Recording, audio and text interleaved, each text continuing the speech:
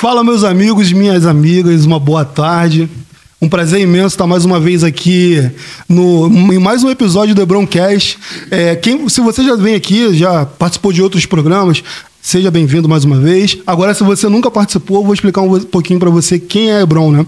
A Hebron, nós somos uma empresa de contabilidade, a gente trabalha com contabilidade e consultoria financeira. Estamos sediados aqui no Rio de Janeiro, mais específico em Nova Iguaçu, na Baixada Fluminense.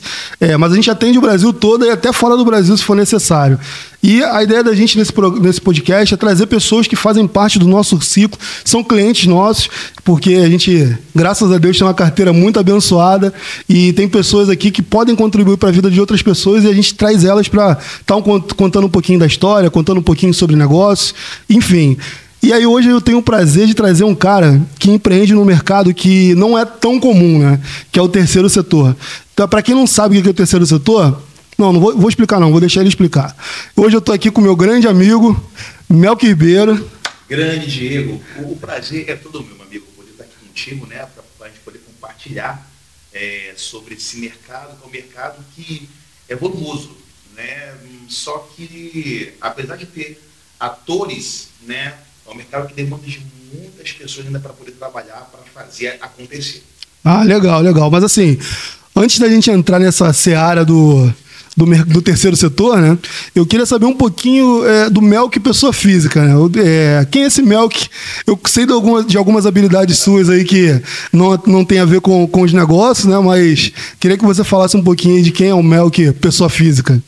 Então, quem sou eu? Eu sou o Melk Ribeiro, prazer estar aqui com vocês. Tenho 35 anos, sou casado, agora vou ser pai daqui a 6 meses, né? O coração está irradiando de felicidade. Sou um engenheiro de produção, né? Tenho algumas especializações, agora estou me formando na área do direito e trabalho com o terceiro setor desde 2020. Legal, legal. Há 5 anos trabalhando com o terceiro setor aí. Pô, maneiro, maneiro. E assim, cara, isso é muito legal porque muita gente não tem a dimensão, né? Foi o que tu falou aí, não tem uma dimensão de que dentro do terceiro setor existe um mercado, né? Na cabeça das pessoas, o terceiro setor, ele faz um trabalho social, um trabalho humanitário, mas não entende que dentro do terceiro setor tem uma gama de oportunidades e possibilidades, né? De fazer negócios, né? Justamente isso, né? Assim, às vezes a pessoa, ela olha para o terceiro setor. Imagina na sua cabeça, eu vou dar um lençol, vou dar um setor, vou dar uma cesta básica. Eu não entendo que existe, né, recursos específicos para o setor, né? Existe muito recurso, né? E aquilo, fazer o social é muito bom. Sim, isso é verdade. Eu costumo dizer que, antes de tudo, a gente tem que entender qual é o nosso propósito. Porque quando nós entendemos qual é o nosso propósito, Diego, é o seguinte, é aquilo que nós fomos chamados para fazer. Sim. Então, quando eu descubro aquilo que eu fui chamado para fazer, eu dou gás naquilo ali e vou seguindo para o meu propósito. Muito bom. Entenda que nós temos que olhar para o terceiro setor e temos que vislumbrar a possibilidade de mudança de vidas. Eu estou lidando com pessoas, eu estou lidando com vida, eu estou lidando com transformações. Certo, certo. Então, assim, é um poder gigantesco que tem hoje na área. A gente vai estar discorrendo sobre isso aqui. Sim, não, a gente vai entrar em mais detalhes aí, sobre o terceiro setor. Aí uma curiosidadezinha aí que talvez outras pessoas tenham. Por que Melk? Melk, por que Melk? Então, assim, Melk é o nome artístico, né? Artístico, né? Mas o Melk, ele vem de Melquisedeque, né? Sacerdote. Né? Me tiveram ali. A minha história, ela é engraçada, assim, ela é uma história que já começa, assim, no seu início, com muito desafio. Minha mãe, Diego, ela não podia ter filho. Caraca. Minha mãe, ela perdeu 6 filhos na gestação, né? E ali, quando ela soube que estava grávida de mim, ela ficou até meio desacreditada, pensando, eu acho que eu vou perder mais um. Vai ser mais um, né? Vai ser mais um. Eu vou lá a informação e não vou soltar, não. Né? Até que Deus realizou o milagre. Aí estava ela e meu pai ali procurando o nome na Bíblia, como sempre o crente assembleano faz, né? pega a Bíblia ali, começa a pesquisar e acharam lá Melquisedeque, cara. E me colocaram esse nome, imagina, na escola para poder soletrar. Entendeu? E assim, irmão, eu tinha que aprender novo. Alfabetização dá até pena, dá até pena. Nome, pô. E você imagina também, cara, assim, hoje fala que é bullying, né? Mas não é por isso não, Diego. Meu amigo, né? O pessoal inventava cada coisa com o meu nome, era mais. Aí eu falei, pô, vou colocar um nome que seja fácil para todo mundo poder aprender ali, né? Colocar Melk. Larga o Melk, né? Larga o Melk. Meu sobrenome é Ribeiro, então vai ser Melk Ribeiro. Sim, pra sim. facilitar a vida de todos, né? Inclusive a sua, né? Inclusive. O quê? Vai repetir umas 15 vezes até a pessoa entender o que é. Não, faz parte. Só para quebrar esse gelo aí. São 13? Com 13 letras, cara. 13 letras? Irmão, é muito. Passa pelo alfabeto todo, meu, cara. Não tem como aprender, né? Caraca. Não, mas maneiro, cara. Assim, eu sei que tu tem outras habilidades, né? Como músico. Sim. Pô, conheci esse cara aqui tem uns 7 meses, 8 meses, mais ou menos, lá na casa do Jalbert. Foi o primeiro contato que eu tive contigo lá. E, cara, eu conheci ele na igreja, né? E é um cara que tem uma habilidade impressionante como músico, como musicista. O cara canta muito, tira muita onda. Tu chegou a trabalhar com música também, né? Trabalhei e trabalho. Trabalha até hoje? Eu trabalho até hoje, por exemplo. Assim, eu comecei a carreira musical desde novinho. Começando tocando pandeiro na igreja. Toda criança da Assembleia, irmão, sempre tocando pandeiro. Não adianta. Né? É de lei. A gente foi evoluindo, né? Do pandeiro para a bateria, com 8 anos, e para o teclado com 10 anos. Do teclado eu não larguei mais. Né? Participei de diversas bandas, diversos corais. Cheguei no Ídolos, cara. No Ídolos, isso, pô? Que era um programa que tinha na TV Record, né? Em 2010, cara. Lembro. Então, aí cheguei lá, pô, assim, o contato com a música eu nunca deixei de lado. E aproveitei o terceiro setor para poder trabalhar com a música. Porque hoje eu também atuo na área cultural. Maneiro. Então, uma forma de eu permanecer, além de cantar na igreja, né? Tocar, mas hoje eu atuo promovendo workshops musicais. Muito bom, muito bom. Setor na parte cultural. Maneiro.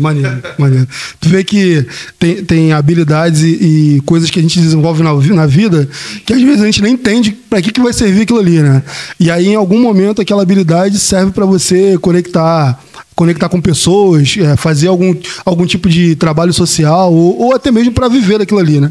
Então vê que a música é um desses pontos. Porque a maioria da galera que tá na igreja ali desde moleque tem o interesse de ser levita, né? De aprender a tocar o instrumento, para ser destaque também, algumas vira destaque. Porque assim, porque assim, na igreja, né, a gente falava o seguinte, coisa mais nova, não, assim, vai ser música, a gente vai ser visado. Sim. Ninguém olhar pra gente, Rebeca, não é isso não, tá? Ninguém olhar pra gente, né? Aí, assim, existe uma raça chamada baterista, cara. Sim. Isso aí, esquece. Se você tá pensando em casar com baterista, fuja que é laço. O tecladista, entendeu? Que é abençoado, serve de Deus, inteligente, trabalha com 2 lados do cérebro. Lá é verdade. Tem que ter visão. Então, o que eu falo é o seguinte, qual é o propósito, irmão? Aquilo que nós aprendemos na nossa infância, adolescência, nós colocamos isso em prática, em algum momento a gente vai utilizar isso. Né? Propósito, aquilo que nós fomos chamados para fazer. E quando nós descobrimos isso, meu irmão, ninguém segura a gente. Segura não. A gente torna imparável, imbatível, irmão. E com Cristo na frente, vai embora. Deslancha. Nada de braçada. Tá vendo, Carol? Eu sou tecladista também, tá vendo? Tá bem casada. Segundo o Mel, que tu tá bem casada. Tendo que reclamar, não. Falou bem. Mas aí, avançando, cara, e como é que foi essa tua transição pro terceiro setor? Foi algo planejado? Você já almejava isso? Ou você caiu de paraquedas no terceiro setor? Então, Diego, assim, desde 2008 que eu realizo trabalho missionário, né? Realizava com uma igreja que fazia parte, uma denominação, e ali a gente ia para o Paraguai, todo ano. Então a gente tinha contato com as crianças, né, que as crianças do Paraguai, muito bem receptivas, né, a gente chegava lá, elas vinham, abraçavam, as crianças humildes, mas você via o quanto aquelas crianças, elas eram felizes. Maneiro. Né? E ali as crianças ensinavam para a gente falar Guarani, falar espanhol. Eu falei, que a gente pegou uma criança 8 anos falando Guarani, falando espanhol, falando português, caramba, que vergonha, falando só português e mal falando. Né? E eu sempre pulsou no meu coração, né, fazer essa parte social. Eu me formei em engenharia em 2017, né? Fiquei trabalhando por conta, assim, cheguei a atuar em algumas multinacionais, né? Mas quando veio a pandemia, cara, irmão, a fonte secou. Chegou para todo mundo, Chegou, né? Para todo mundo, né? Até que me apresentaram um rapaz, né? Que ele falou, Melk, é o seguinte, eu fui convidado para poder trabalhar no sindicato, né? Que a gente vai ter que fazer algumas reformulações administrativas, né? E eu gostaria que você fosse conosco para você poder aprender. E Diego, eu sempre fui uma pessoa muito curiosa. Eu sempre gostei de aprender. Sempre fui assim, sempre gostei de buscar informação. Tanto que a minha área exata, agora estou estudando, né, humanos ali, assim a gente vai transitando. Sim, sim, faz parte da vida. Eu topei esse desafio, né? Aí iniciamos o trabalho desse sindicato.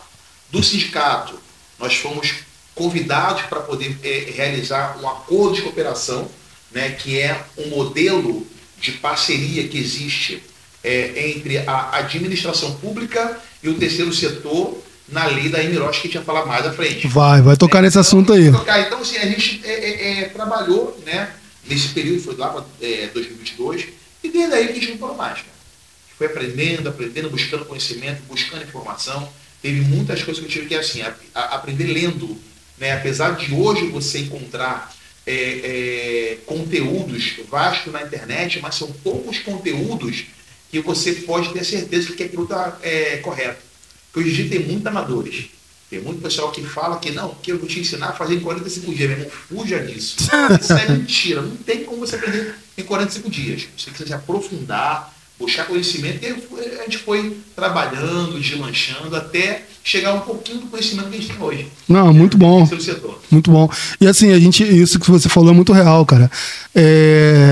As pessoas pegam oportunidades de pessoas que querem buscar algum tipo de conhecimento e às vezes essa pessoa está no desespero também de absorver conhecimento muito rápido e a galera nada de braçada em cima disso, né? E começa a criar uma série de mentorias, não sou contra isso, tá? Tô só pontuando pessoas que fazem isso de maneira leviana, né? E aí ela te vende um serviço, te vende um produto que você não vai conseguir atingir aquele nível que você quer, né? Não quer alcançar, mas elas vendem a ideia de que você vai aprender em 45 dias um negócio que tá uma legislação que é imensa, né? Assim, em 45 dias você não vai aprender a fazer isso.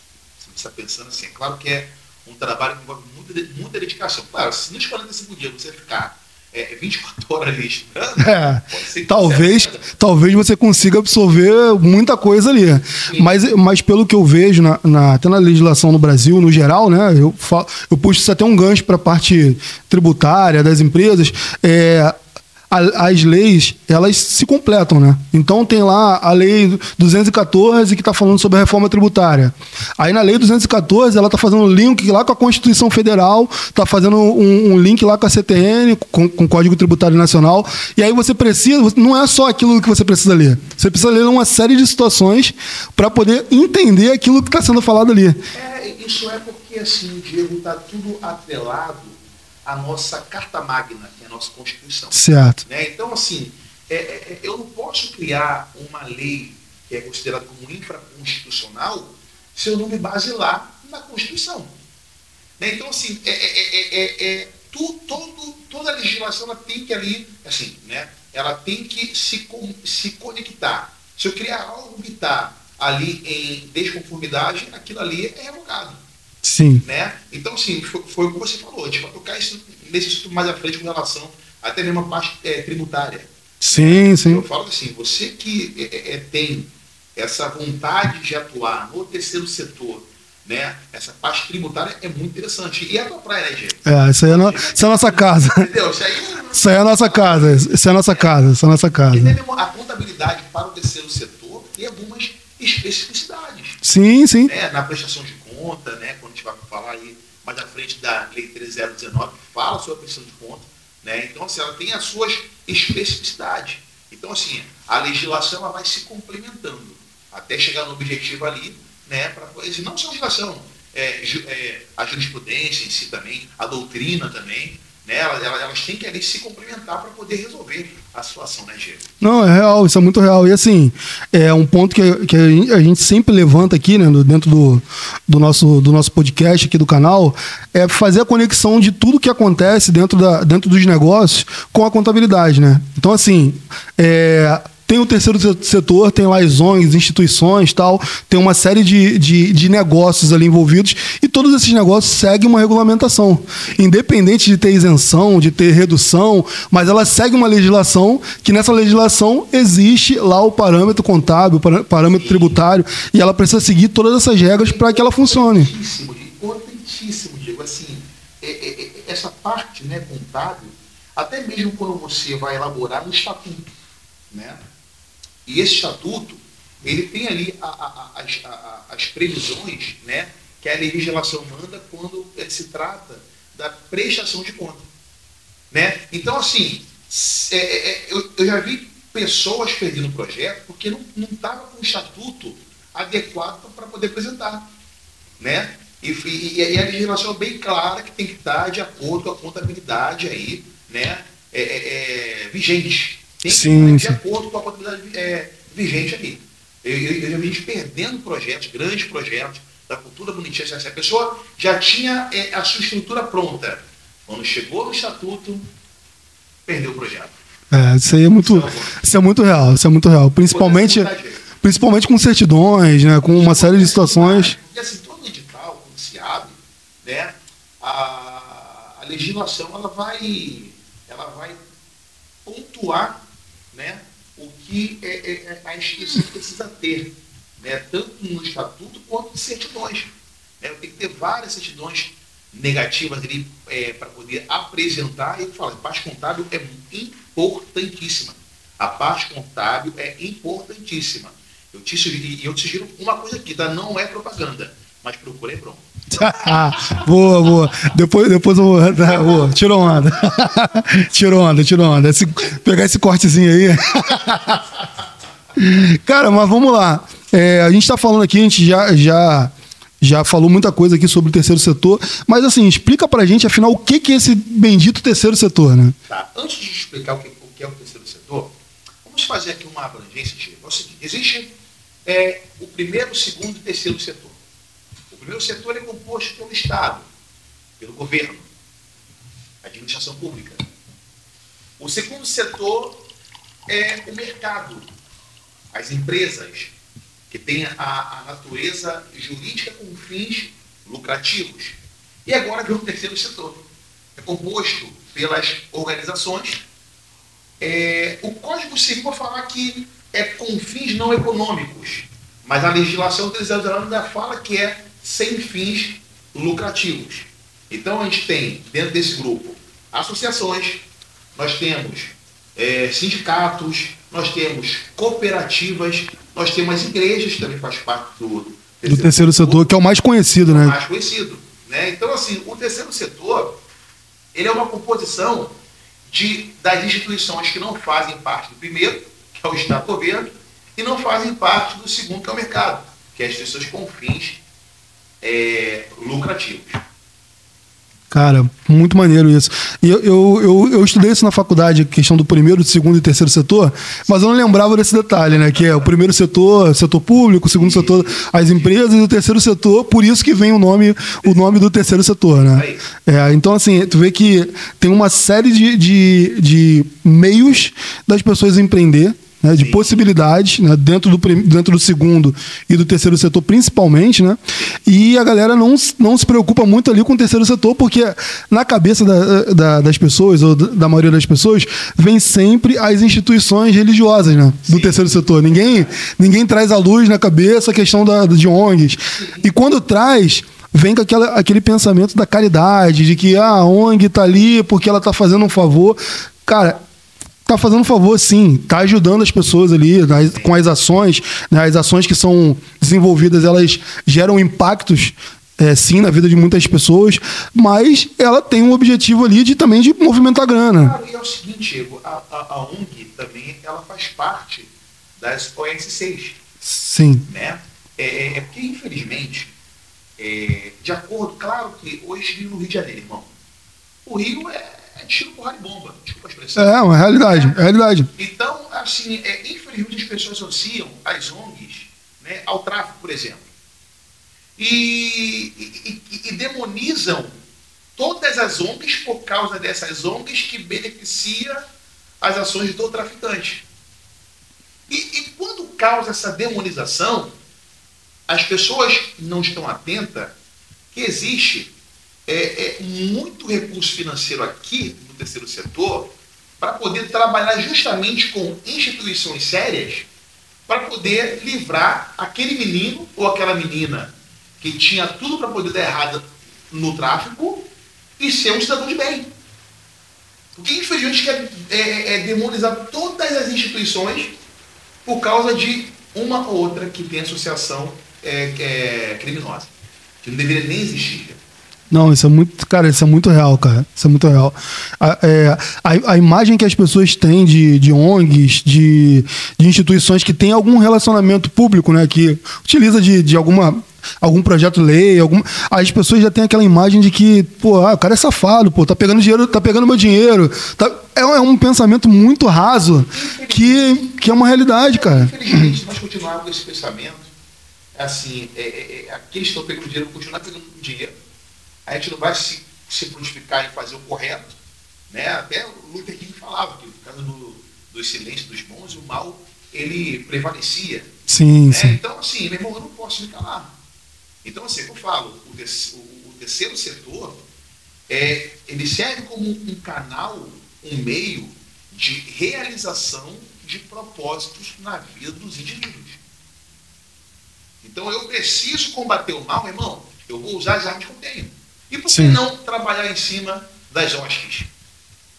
Verdade. Que a gente vai estar falando aí. Verdade. Inclusive, a gente vai entrar nesse assunto, nessa seara agora, que em 2014 para frente, né, a vida de vocês que trabalham no terceiro setor mudou drasticamente com a lei.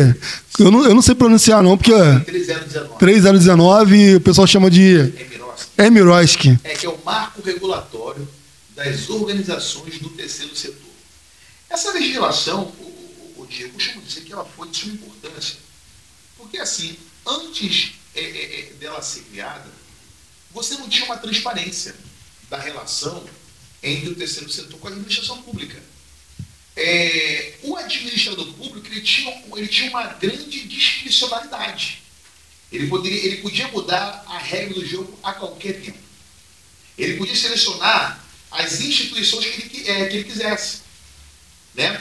E nesse período, né, a maioria das organizações que eram favorecidas eram as organizações que tinham a titulação de OCIP, né, que detinha a titulação de SEBAS, que detinha das utilidades públicas, né, federais, estaduais, municipais. Elas eram as privilegiadas. Com a Lei 3019, ela veio de fato para causar um marco, ela veio para poder trazer transparência nesse relacionamento, para poder trazer uma segurança jurídica, né? Para poder trazer ali a questão de como seria, como é que seria escolhido a comissão, né? Para poder selecionar, vem trazendo a questão de dispensa de chamamento público, né? A regra deve existir chamamento público, mas para toda regra existe uma exceção. Sim, sim. Entende? Então, assim, a Lei 3019, ela vem para poder trazer essa transparência e dar essa segurança jurídica, né? Trazendo ali os princípios, né, da administração pública para ela, né? Que eu tenho que ter ali, aquela regrinha, né, o LIMP, né? Que é legalidade, pessoalidade, moralidade, publicidade e eficiência. Você encontra ali implícito e explícito os princípios, né, norteadores ali dessa legislação. Então, por isso que nós dizemos que foi um marco. Costumamos dizer que foi um marco por causa disso. Né? Em 2016 veio o decreto regularizando, né, normatizando essa lei. Né? Foi o decreto de 2016, né? E atualmente, em 2024, teve mais um decreto agora que veio assim, dando um incremento a mais nessa legislação que é 3019. Cara, muito maneiro, muito maneiro. Maneiro porque, assim, você falou de um documento aí do Sebas. Cara, eu tentei ajudar uma pessoa, né, há anos atrás, né? Até antes desse período de mudanças na legislação, a tirar o Sebas, né? Cara, parece que é feito uma cúpula para você não conseguir tirar, né? É um negócio muito surreal, cara. Porque é uma série de documentos que são pedidos ali que você começa a olhar, cara, não tem condições de tirar, não tem condições de resolver. Aí você vê que existia uma divisão entre as ONGs e as ONGs, né? Isso aí. Que aí você chegava até um certo nível. Você vai conseguir abrir lá, vai no RCPJ, vai conseguir abrir uma ONG, ajudar umas criancinhas ali, fazer uma festa do Dia das Crianças, a população ajudar com dinheirinho, fazer um bazar, fazer a festa, trazer o Papai Noel para poder ir no campo de futebol. Tu conseguia desenrolar isso. Agora, quando você partia pro game maior, né? Aí, meu irmão, isso aí você já não conseguia chegar porque... É por isso que essa legislação ela veio trazendo uma novidade.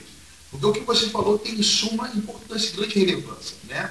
Na hora do partir do pão, meu irmão, aqui, o pão ficava aqui, ó, com o grupo. E esse aqui, ó, ficava vendo navios. Pegando as migalhas, né? As migalhas da mesa.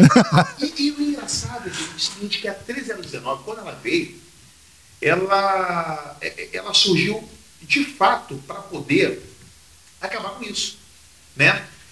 Hoje não existe mais uma obrigatoriedade de eu ter essa titulação. Por exemplo, a titulação de utilidade pública federal que era concedida pelo Ministério da Justiça, hoje já foi extinta. Hoje não existe mais, né? O Sebas ainda existe, porém qualquer OSC pode realizar qualquer atividade que uma OSC que tem o Sebas, que é uma titulação ali, pode fazer.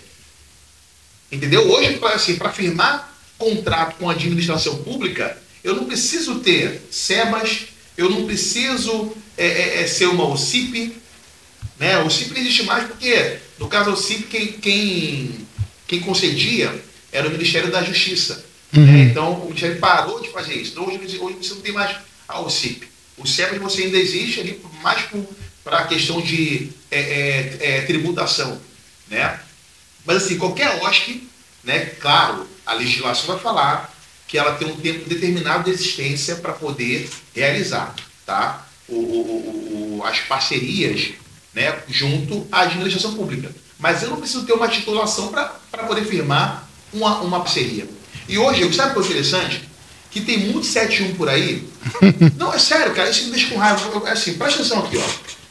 Tem muitas pessoas que falam assim, que me ligam e falam assim, Melk, não, cara, apareceu uma oportunidade aí de um deputado que quer colocar X valor na minha instituição, mas tem que ter o Sebas, cara. Ele fala que eu tenho que ter o Sebas. Eu falei, irmão, para com isso. Ou senão é o seguinte, não, Melk, apareceu uma situação aí que é o seguinte, cara, a gente tem que ter o VisaNet. Tem que ter o VisaNet e tal. Eu falei, VisaNet, irmão, como assim? Para que VisaNet? Não, para fazer uma transferência internacional. Cara, fala, irmão, foge disso que é golpe. Por que não pode transferir esse valor para a tua conta aqui normal? Fazer uma TED, fazer um PIC? Não precisa não, mas fazer um outro procedimento sem ser o VisaNet. Entendeu? Quando vem assim, as pessoas falam com esse discurso, eu falo, sai disso aqui é golpe. Quer tomar teu dinheiro. Eu conheci pessoas que perderam 20, 30 mil. É aquilo. Todo mundo quer dar o jeitinho, velho. Todo mundo quer ganhar dinheiro fácil. Quer ganhar um negocinho, não existe almoço grátis. Para com isso, cara. Ainda mais dentro do terceiro setor. Quando você vai descobrindo, quando você vai conhecendo, você vai deixando de ser enrolado. Que, assim, tem muito amador por aí. Tem muito amador pensando que é profissional, pensando que é o ator principal. Nem coadjuvante é. Entendeu? Nem coadjuvante, mas tudo bem. Cara, é impressionante que... acho que isso aí é muito comum pra gente que trabalha com... que empreende mesmo, né? E tá lidando com muita gente, né? Cara, todo dia, se eu falar todo dia eu vou estar exagerando, mas toda semana, pelo menos, aparece um negocinho desse aí de facilidade. E quando você vai ver as pontas, é sempre as mesmas pontas. Não, porque tem um dinheiro no exterior que é de um príncipe é um príncipe, é não sei o quê, que o cara precisa mandar um dinheiro pra cá, que é uma herança que ele recebeu, ele precisa passar. Toda vez é o mesmo papo, mano. É o mesmo discurso. É o mesmo grupo de estelionatário que vai montando, né, as regiões. Aí assim, é o seguinte, ó, é um estado que a mãe fala. 2 pessoas saíram, né? Saiu um bobo que vai se enganar e um esperto que vai enrolar. Você vai ser quem? Não que você vai enrolar, né? Mas, assim, eu sugiro que você não seja bobo que vai ser enrolado. Isso aí. Entendeu? Porque é sempre o mesmo discurso. Não, porque tá vindo dinheiro de fora, tá vindo... Cara, quando a pessoa vem com de milhões pra mim, Diego, eu fico... Aí eu pergunto assim, cara, se o cara quer mandar milhões, por que tá procurando essa pessoa que não entende nada? É só entender, é só chegar... Gente, é lógica. Pô, se o cara tá mexendo com milhões, por que vai procurar o fulaninho que tá todo quebrado? Pô, gente, o que o cara vai procurar? Tipo, se o cara tá rodando milhões, ou às vezes é muitos milhões, né? Não tô falando de 1, 2, de 100, 200. Se é isso tudo de dinheiro, por que o cara não paga pra poder fazer uma operação legal, pô? É isso. Entendeu? É só parar pra poder fazer. Por que não tá procurando pra fazer isso? Gente, é só assim, é verdade. Aí você vai cair em si, vai se autoconscientizar que aquele cara tá querendo te ludibriar. E já teve relatos de pessoas que perderam 20 anos nessa brincadeira. Cara, bizarro. Aquela questão de facilidade, então nunca mais recebeu dinheiro. Não, surreal. Entendeu? O cara faz pra poder se beneficiar e ainda perde dinheiro, né? Perde dinheiro. Não, é surreal. Fuja do jeitinho brasileiro. Faça conforme a legislação. Procure profissionais que entendam até você, de fato, aprender. Né? E aquilo, Diego, basta você se debruçar, né, ali. É claro que hoje em dia, com a IA, né, facilita muita coisa. Eu posso fazer resumo ali, né, entender. Claro que a IA, como surta, né, é bom você procurar. Eu sou da antiga ainda, eu pego ainda, eu vou ler toda a legislação, faço a pontuação, né, se eu não sei, eu vou ver ali, pergunto quem sabe, eu tenho muitos amigos também que atuam no setor, e vão me dar um insight, né, pode fazer assim, assim, assado. Né, é que eu falo, gente, quem tem informação tem poder. Quem tem informação tem poder. Quem busca conhecimento, irmão, não vai se arrepender de obter. Porque conhecimento e informação, quando bem aplicado, se transforma, ó. Verdade. Isso é verdade. Isso é muito real. E aí a galera faz o caminho inverso, né? A galera, ao invés de buscar informação, muita gente, né? Ao invés de buscar informação, vai correr atrás do dinheiro. Sim. E automaticamente a conta não fecha. Não fecha. O cara que sai todo dia de casa atrás de dinheiro sem pensar no propósito para que ele tá fazendo aquilo ali, vai dar ruim, sempre vai dar ruim. Tudo começa pelo propósito. Tudo começa pelo propósito. Pelo propósito. Isso é muito real, isso é muito real. Então, aí, voltando aqui para a legislação, cara, é muito bom, cara. O papo tá muito maneiro, tá muito maneiro. Voltando para a legislação, então assim, se a gente fosse desenhar hoje a dinâmica do funcionamento, a gente teria ali a instituição, né? No caso, vou botar a ONG aqui e tal, mas tem a OSC ali, isso. Beleza? A gente tem o ente público ali no meio, uma prefeitura que seja da vida. Correto. E aí a gente tem ali a população na qual a gente vai atender. Vamos dizer que são crianças crianças num espaço que tem uma escolinha de futebol. E aí você como instituição, né, na verdade a prefeitura, ela faz um chamamento público.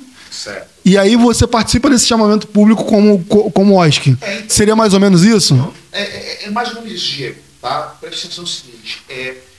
Nessa legislação, eu vou falar que existem 3 formas de parceria entre a administração pública, certo, e a OSC.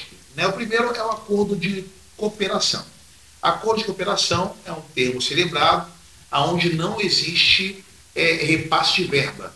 Né? Por exemplo, fizemos uma vez um acordo de cooperação na qual a Receita Federal ela doou os materiais apreendidos para o projeto. Ah, maneiro. Então, não necessariamente eles enviaram recurso financeiro, mas eles doaram o material que eles estavam precisando. Entendi. Entende como é que funciona o acordo de cooperação? Né? Existe o quê? Um acordo para poder existir essa troca sem repasse de verba. Né? Os outros dois, as duas modalidades que existem, né?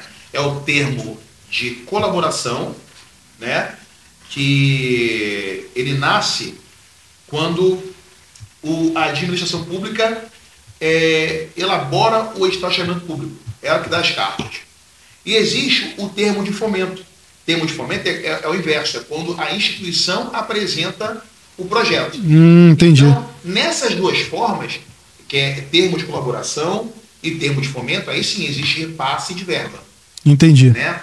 Mas até isso existir, né, existem elementos para se criar o edital de chamamento público, né, para fazer a seleção. A legislação, tanto a lei quanto o decreto, eles vêm normatizando como é que deve ser, né, o passo a passo de como acontece. Feito isso, você tem o que? A instituição, certo? Ela tem que estar de acordo com o que a legislação manda, correto? Eu tenho o ente público que vai mandar o recurso e tem o beneficiário, que é o cidadão. Entendi. Maneiro. Porque essa triangulação, ela funciona assim. Mas eu tenho assim, um emaranhado de sequências para poder chegar, né, até consolidar mesmo ali a fase da execução.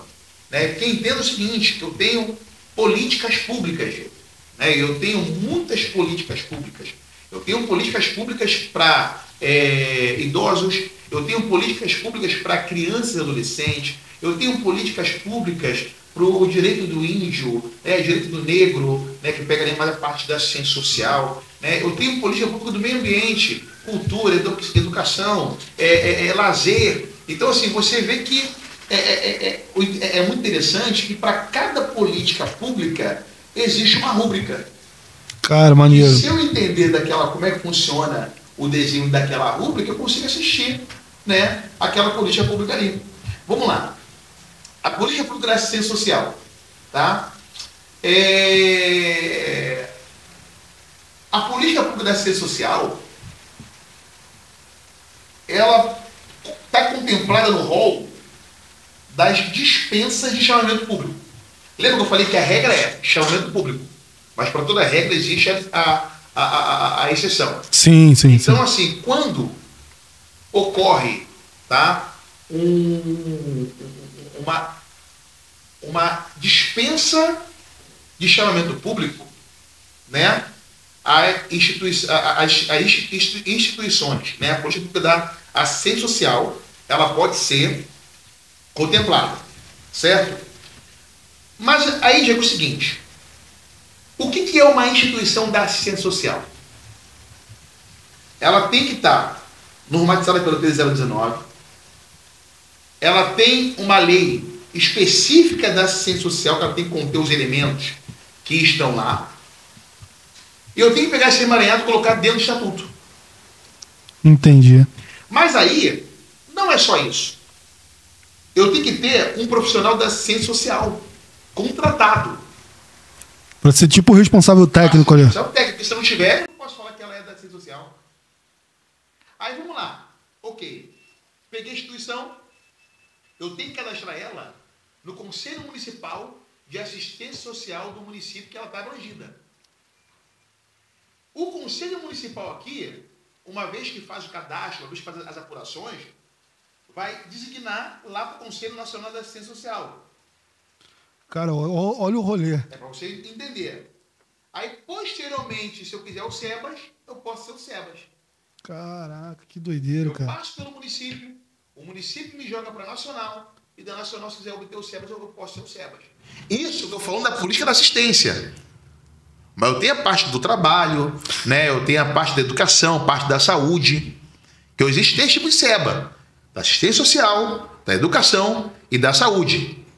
Para cada um é uma política, um trâmite diferente. Cara, olha como é que o negócio é surreal, né, cara? Aí entra naquela ideia que a gente estava conversando lá atrás dos 45 dias e você aprende. Esquece, nada, você percebe que vai abrindo várias caixinhas. É claro. Não é só a legislação ali. Estudei a legislação ali, beleza. Aí dentro da legislação, eu tenho ali esses 3 tipos de possibilidades, né? 4 tipos de possibilidades. Sim. E aí nessas possibilidades abre uma outra caixa que eu preciso me adequar para aquele outro novo cenário. Porque, assim, Diego, mais uma vez, a gente, quando realiza, né, um projeto social, nós temos que entender a dimensão da política pública que vai atingir. Certo. Né? Existem as políticas públicas setoriais, que dão o norte, e existem as políticas públicas que eles chamam de transversais. Né? Transversal que eles falam assim, cultura, meio ambiente, trabalho, são políticas transversais, que vai transacionar nas políticas setoriais. Então, assim, se eu fosse ali orientar para alguém começar agora, meu irmão, vai aprender sobre políticas públicas. Entende como é que funciona, entende o que a legislação fala sobre aquela política, entende como é que funciona a forma de repasse. Porque hoje, por exemplo, além da 13019, existe outras formas de repasse. Dá um exemplo, Melk. Através de emenda parlamentar. Era sobre isso que eu ia entrar, que eu ia perguntar a você agora. Assim, eu li nos seus olhos, quando eu estava olhando assim. Não, era sobre isso que eu ia perguntar. Assim, como que hoje... quais são as formas de captação de recursos das OSCs? Assim, e como é que elas se mantêm? Porque na minha cabeça, você vive de projetos, né? Então, fez um projeto para uma prefeitura X, aquele projeto tem um tempo determinado para ser concluído, aquele projeto foi concluído, e aí se você não pegar um outro projeto, como é que vive a instituição durante esse tempo que ela não está com nenhum projeto ativo? Então, assim, Diego, a OSC, né, a instituição, ela pode ser autossustentável. Certo. Né? Claro, sim, que ela pode captar recursos públicos, né? Assim também como pode estar captando recursos privados. Hoje você tem uma série de empresas privadas que têm editais próprios para poder selecionar organizações para poder realizar algum tipo de atividade. Né? Por exemplo, imagina que você pegar uma OSC que é voltada para o meio ambiente. Né? Vou dar um exemplo aqui. Aí essa organização, ela fecha uma parceria privada com a Coca-Cola. Vou dar um exemplo assim, esporádico, né? Uhum. Para poder ali estar... a expressão... ela pega ali para poder tratar do meio ambiente, voltando para reciclagem. Vou trabalhar com a reciclagem da Coca-Cola. Ela não vai ter serviço sempre? Sempre. Ela não vai ser sustentável? Ainda mais porque hoje as empresas, para poder atender as ODS, ela tem que cumprir a ESG. Né? E por cumprir a ESG, lá, assim, o social, ele consegue atingir tanto no environment, que é a parte do meio ambiente, quanto no social, que era a parte social. Então, uma instituição que consegue enxergar esse nicho, ela vai ser autossustentável, não vai precisar nem de edital para poder estar entrando verba para a sua instituição. Agora sim, as instituições que procuram editais, né, é interessante que esteja sempre antenada aos editais de chamamento público que está sendo selecionado. Né? Existem muitos editais abertos hoje. Né? E tem que estar preparado para poder receber esse valor, para poder receber essa verba. É uma coisa que eu costumo dizer. Primeiro passo, o teu estatuto deve estar impecável. Boa. Porque muitas são as reprovações por causa de um estatuto que não está adequado com o marco regulatório das organizações da sociedade civil. Cara, surreal. São muitos. Eu pego cada estatuto que eu vejo cada aberração, irmão. Não, sério, cara. Primeiro, assim por exemplo, o abençoado vai pegar e vai querer escrever, né, a instituição dele para poder se credenciar lá no Conselho Municipal de Assistência Social. Mas o cara bota lá, o que a instituição faz? A gente dá alimento, a gente dá reforço escolar. Meu irmão, tu vai ser reprovado na hora. Porque isso não faz parte da política da assistência social. Se eu boto que eu presto lá, reforço escolar, se eu boto lá que eu faço doação de alimento não perecível, meu irmão, eu vou ser eliminado na hora, logo de cara. Já corta ali, já. Porque tua atividade fim não bate com aquele projeto. Não bate. Porque o pessoal confunde, Diego, a assistência social com assistencialismo. Esse é o grande problema. A assistência social é uma política séria, é uma política que está na nossa Constituição. Enquanto assistencialismo, né, eu vou assim, vou doar cobertores, eu vou doar quentinha. Então, assim, a gente não pode confundir tá? Assistencialismo com assistência social. Cara. Isso é uma política. Entendeu? Então, assim, as formas de captação são inúmeras, né? Na 3019 fala sobre essas duas possibilidades, né? Duas possibilidades que passam recurso diretamente, né? E o acordo de cooperação que não passa recurso, mas cada um pode estar doando aquilo que tem, né? A gente também tem as leis de incentivo, né? Tu tem, exemplo, na cultura, tu tem a lei de incentivo, que é a Lei Aldir Blanc, Lei Paulo Gustavo, né? Que está voltada para a parte da cultura. A própria Lei da Assistência Social é uma lei de incentivo também, né? Aí você tem a questão que eu falei, que são as empresas privadas, que muitas delas já abrem seus próprios editais, né? E é claro que tem, assim, algumas...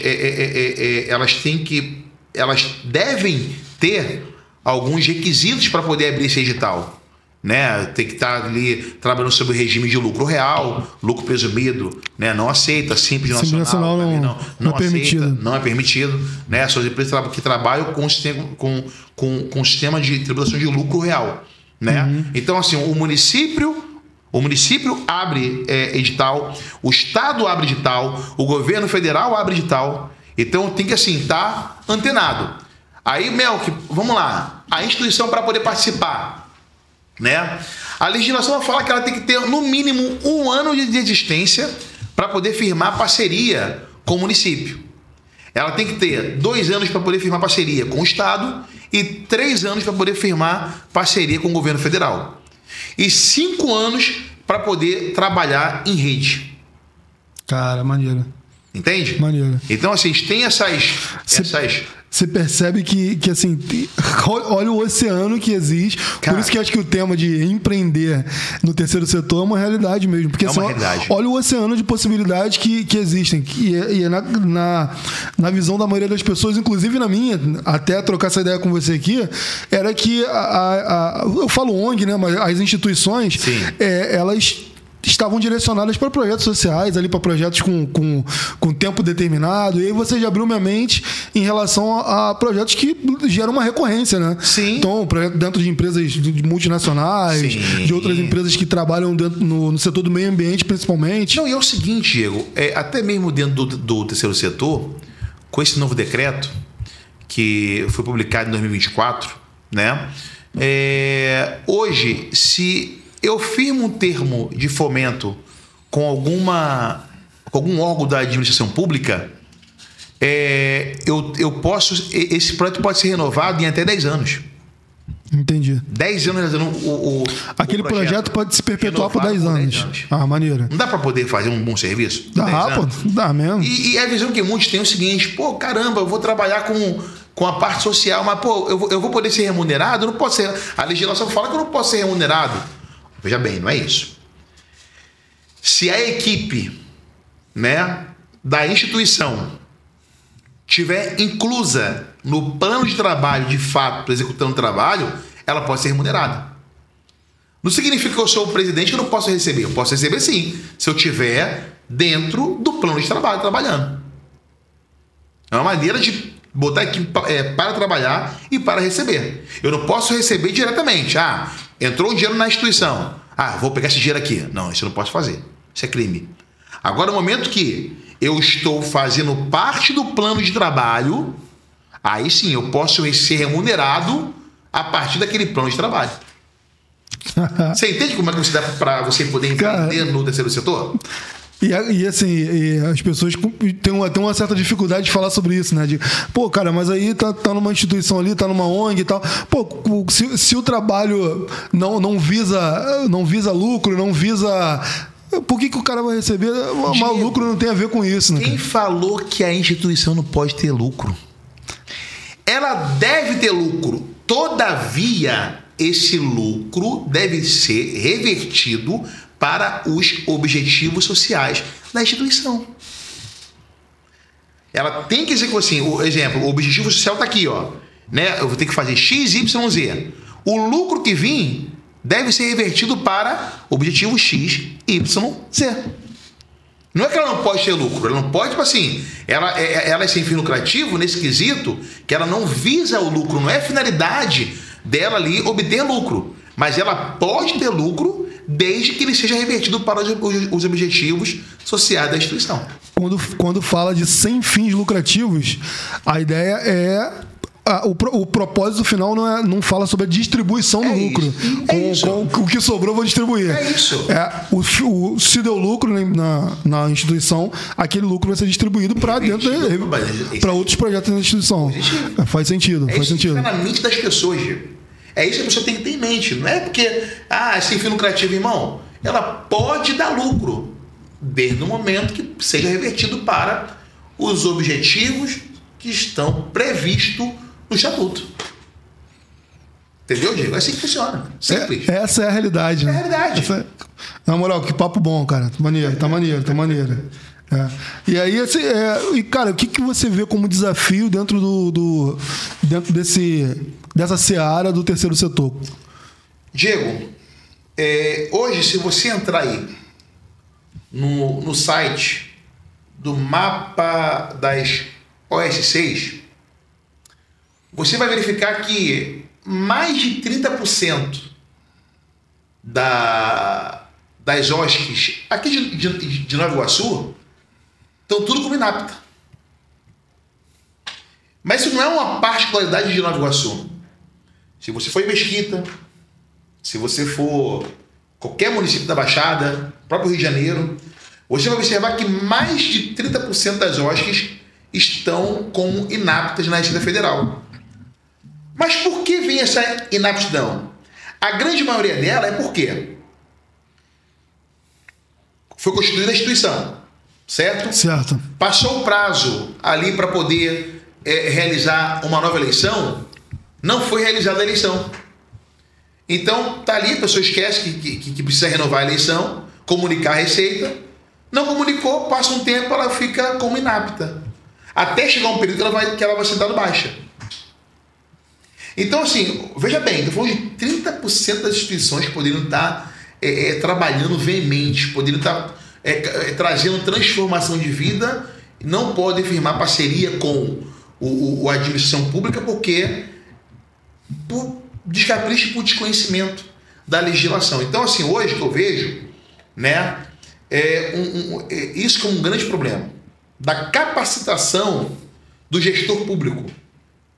Nem falo de gestor público, mas da capacitação do gestor da instituição, que não tem ali o preparo para poder elaborar o plano de trabalho, de entender se a sua instituição está de acordo com a 13019, se está de acordo com as regras contábeis, né? Então, assim, de acordo com as regras tributárias, né? Então, assim, de acordo com a política que a instituição dele faz parte.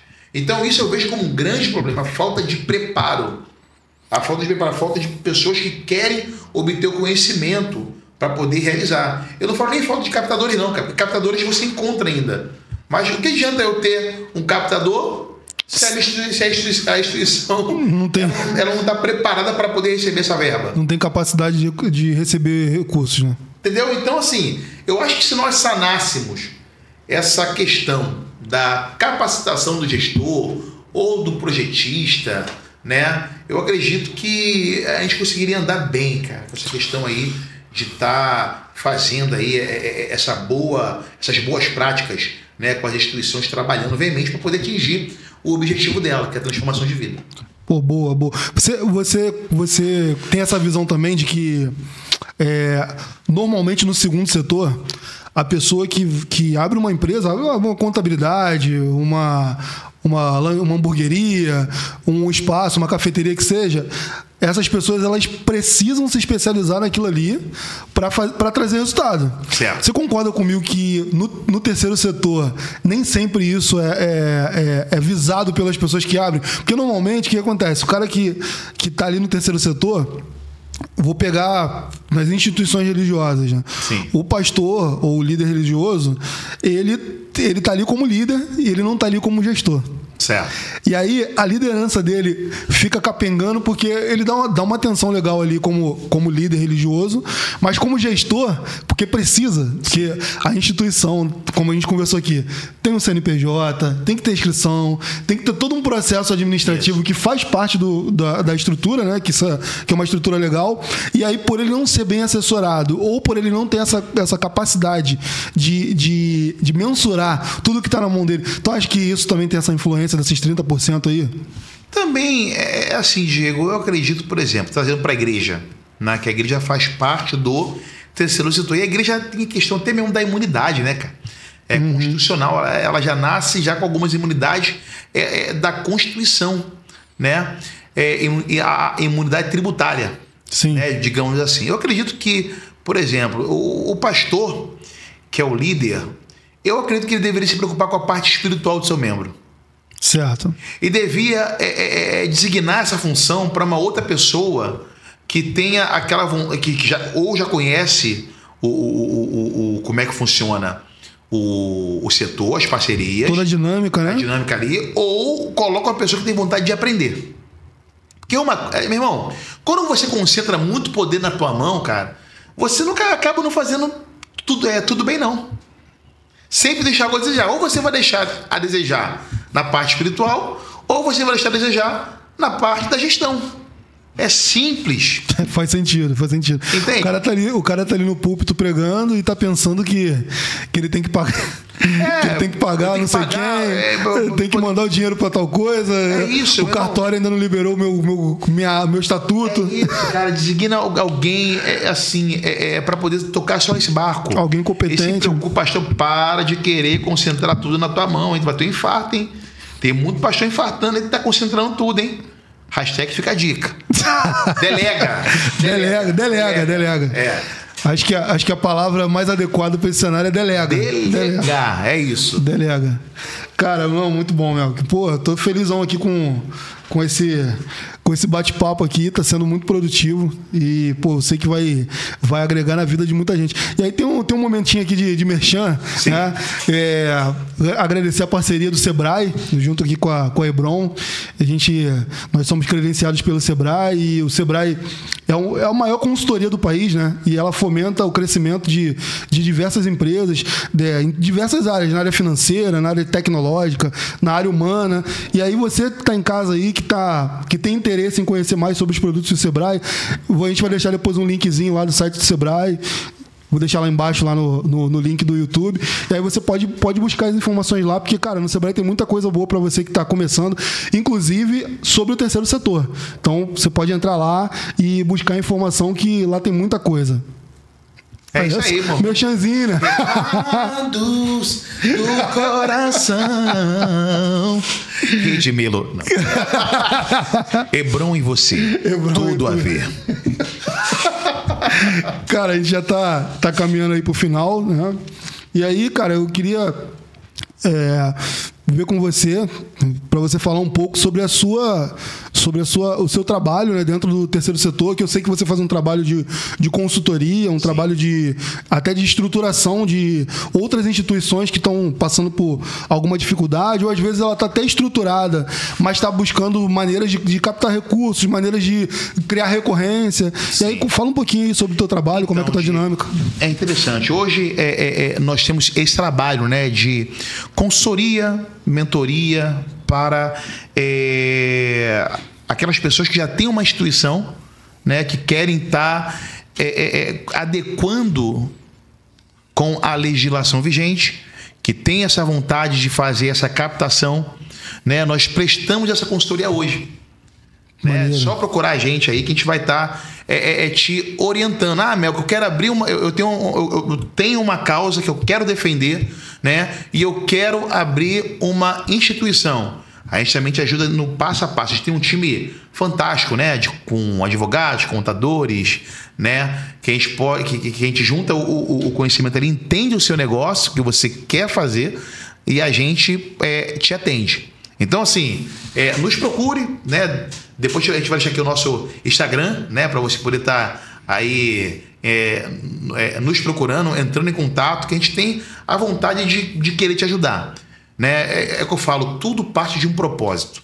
Se você tem um propósito que ferve dentro de você, se você tem uma causa que você que você não consegue ver, que você chega a passar mal, dá vontade de matar, porque chega o seguinte, Moisés, aconteceu um episódio na vida dele que ele acabou matando o egípcio.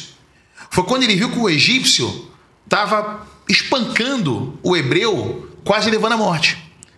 Ali, Moisés, ele matou o egípcio e descobriu o seu propósito. Porque propósito é aquilo que você vê, que você não concorda, que você vê para resolver. Certo. Então tem muitas pessoas que têm um coração bom, que quer fazer, mas não sabe como fazer. Que quer ajudar, mas não sabe como ajudar. Que precisa de verba para poder fazer, mas não sabe como captar, porque não tem ali uma personalidade jurídica para poder estar executando, né, a atividade. E é aí que nós entramos. Você que quer realizar, que tem um sonho de poder ajudar as pessoas, que tem uma causa que quer defender, procure a gente que nós iremos realizar os seus objetivos. Olha o mexão aí. Recados do coração. Muito bom, cara. Pô, um prazer imenso ter recebido você aqui com a gente aqui na Hebron. Você que chegou há pouco tempo aqui para compor a nossa carteira de clientes, mas já é um cara muito amado aqui pela gente, né? Amado pela minha família. Sim, e assim, é um prazer imenso poder compartilhar esse momento aqui contigo, esse bate-papo, que foi um bate-papo e aprendi muito com você aqui, né? E, cara, eu queria te dar um presentezinho, tá até ali depois. É uma canequinha dessa aqui, ó, da Hebron. Agora que vantagem. Acho que tá atrás de mim, cara. Aqui, isso, aqui, nem Salomão em toda a sua glória, igual uma canequinha da Hebron aí, ó. Presentinho aqui pra você. Pô, valeu, meu amigo. Aí, ó. Da Hebron. Aqui, ó. Hebron e você. Tudo a ver. Muito bom, velho. Obrigado, isso aqui vou botar lá no meu escritório. Bota lá de recordação. Outro nível. E assim, cara, prazer imenso aí ter você com a gente. O prazer é meu, Diego. O prazer é meu, assim, de poder estar vindo aqui, tá fazendo essa contribuição, tá? Porque é aquilo, se a gente se nós podemos ajudar as pessoas, cara, a gente consegue ter um mundo melhor, né? Porque nós temos que contribuir com a nossa parte. A nossa parte a gente faz, né? Contando que você vai fazer a sua, eu farei a minha, o Ciclano vai fazer a dele, para a gente conseguir viver numa harmonia. Porque hoje o dia está muito pesado, cara, está muito ruim, né? O amor de muitos se esfriaria, como disse a palavra de Deus lá atrás, cara. E hoje você vê, assim, as pessoas comemorando a morte de mais de 100 pessoas. Isso não é normal. Isso não é normal, né? Então, assim, se cada um fizer a sua parte, irmão, a gente com certeza consegue viver num mundo com mais harmonia. Um mundo melhor para mim, para você, para os nossos filhos que são pequenos, a geração que está vindo aí. A gente tem que construir pontes para que essa geração possa estar transpassando. E no terceiro setor, você pode chegar através desses objetivos. Boa. Pô, parabéns aí pelo teu propósito. Teu propósito está salvando muitas vidas e abençoando muitas vidas. É isso. Valeu, meu irmão. Tamo junto. Chegão, tamo junto. Até a próxima. Que Deus lhe bendiga. E não vai demorar muito, não.